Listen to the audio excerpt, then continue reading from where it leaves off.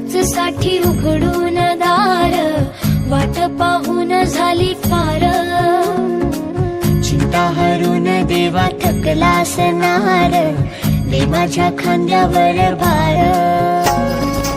थोडा इथं टेकून जा, घास खाऊन माझ्या हातातला।